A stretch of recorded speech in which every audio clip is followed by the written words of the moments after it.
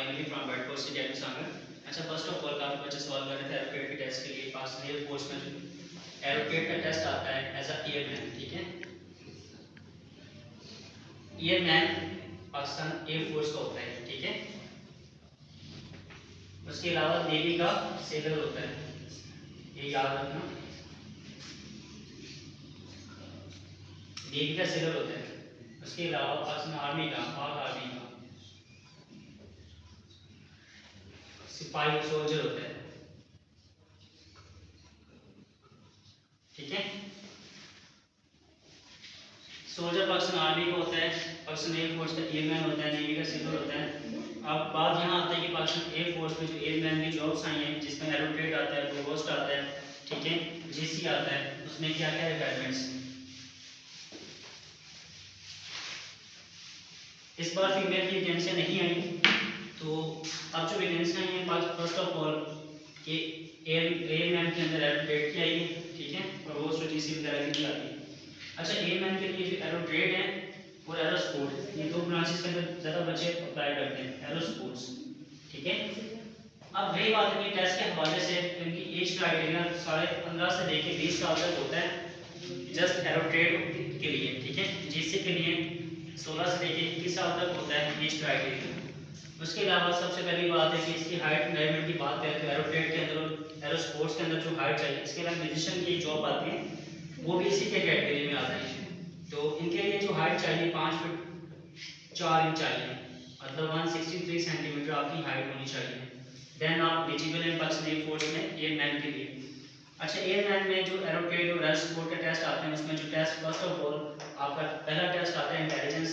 इसके अंदर आपके 2 क्वेश्चन आते हैं। पहली बात है 100 क्वेश्चन आते हैं और टाइम आपको मिलता है 40 मिनट।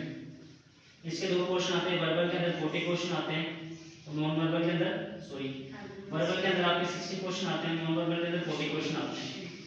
अब पासिंग क्राइटेरिया इसका क्या है, इसका आप 30 करोगे पास है, इसका 20 करोगे पास है, तब जाके रिजल्ट आपका पास या फेल आएगा। अच्छा, ये करने के बाद फिर आता है इंग्लिश के ऊपर। इंग्लिश के अंदर आपके कितने सवाल आते हैं,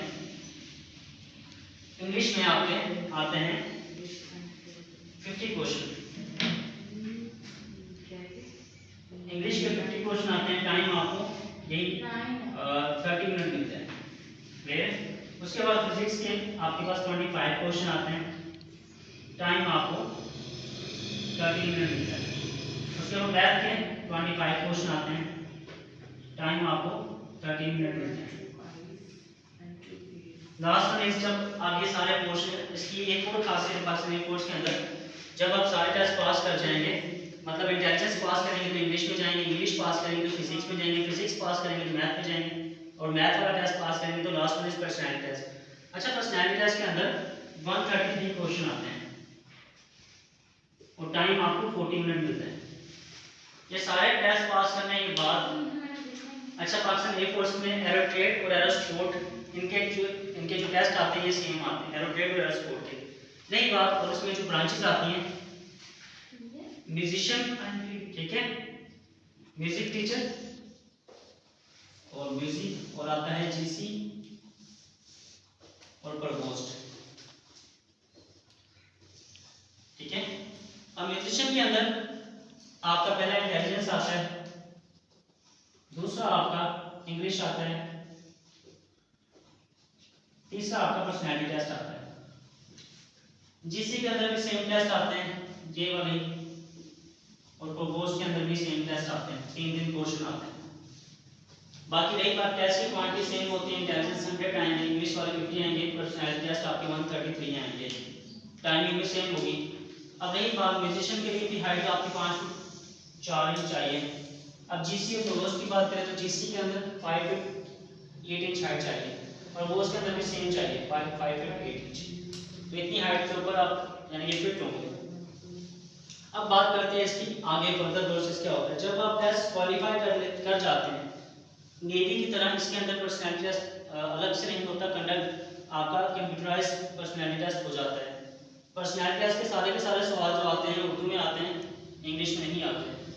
इंग्लिश में होते हैं, साथ साथ उर्दू भी होते हैं। इसके अलावा जैसे आप ये कंप्यूटराइज्ड टेस्ट पास कर जाएंगे, 1 मंथ के बाद शॉर्ट लिस्ट करती है, शॉर्ट लिस्ट में आपका नाम आएगा फर्दर, तो आपका आगे प्रोसेस होगा, मेडिकल और इंटरव्यू वगैरह होगा, ठीक है। तो जो बच्चे शॉर्ट लिस्ट होते जाएंगे उनके मेडिकल इंटरव्यूज होते जाएंगे। उसके बाद आपके फाइनल EHQ इंटरव्यू होते हैं, ठीक है। एयर मैन का जो लास्ट स्टेज आता है वो EHQ इंटरव्यू होता है, जिसमें ज़्यादातर बच्चे परेशान होते हैं। जैसे आपने इनिशियल इंटरव्यू वगैरह दे दिया, आपकी लिस्ट लगी, उसके बाद आपका EHQ लिस्ट लगती है, एयर हेडक्वार्टर की तरफ से एक टीम आती है, वो आपका फाइनल इंटरव्यू कंडक्ट करती है। उसके बाद आपका फाइनल मेडिकल आता है। अच्छा, एयर मैन की जॉब साल में एक बार आती है, ठीक है। साल में एक बार इसकी जॉब आती है और इसकी लिस्टें साल में 2 बार लगती हैं। एक इनकी ट्रेनिंग जून में जाती है, ब्रेक ट्रेनिंग की दिसंबर में जाती है। दिसंबर 2 लिस्टें लगती हैं पूरे साल के अंदर, एक मतलब जून में जाती है इनकी ट्रेनिंग और दूसरी जाती है दिसंबर में। इनका जो ट्रेनिंग सेंटर होता है कोहाट होता है, PTTS कोहाट में ट्रेनिंग होती है। 6 मंथ की बेसिक ट्रेनिंग आपकी कोहाट होती है। उसके बाद आपकी 2 ईयर की ट्रेनिंग होती है कुरंगी क्रीक के अंदर, कुरंगी बेस के अंदर। वहाँ आपकी 2 ईयर की कुरंगी के अंदर ट्रेनिंग होती है। उसके बाद आपकी पासिंग आउट होती है। कुल मिलाकर आपकी जो ट्रेनिंग होती है 2.5 ईयर की होती है। क्लियर है? ओके, तो आज के लिए इतना काफ़ी है। और इसके अलावा कोई बच्चा ऑनलाइन या फिजिकल तैयारी करना चाहता है, इस नंबर पर आपका कर सकता है। खड़ी बनाए सही है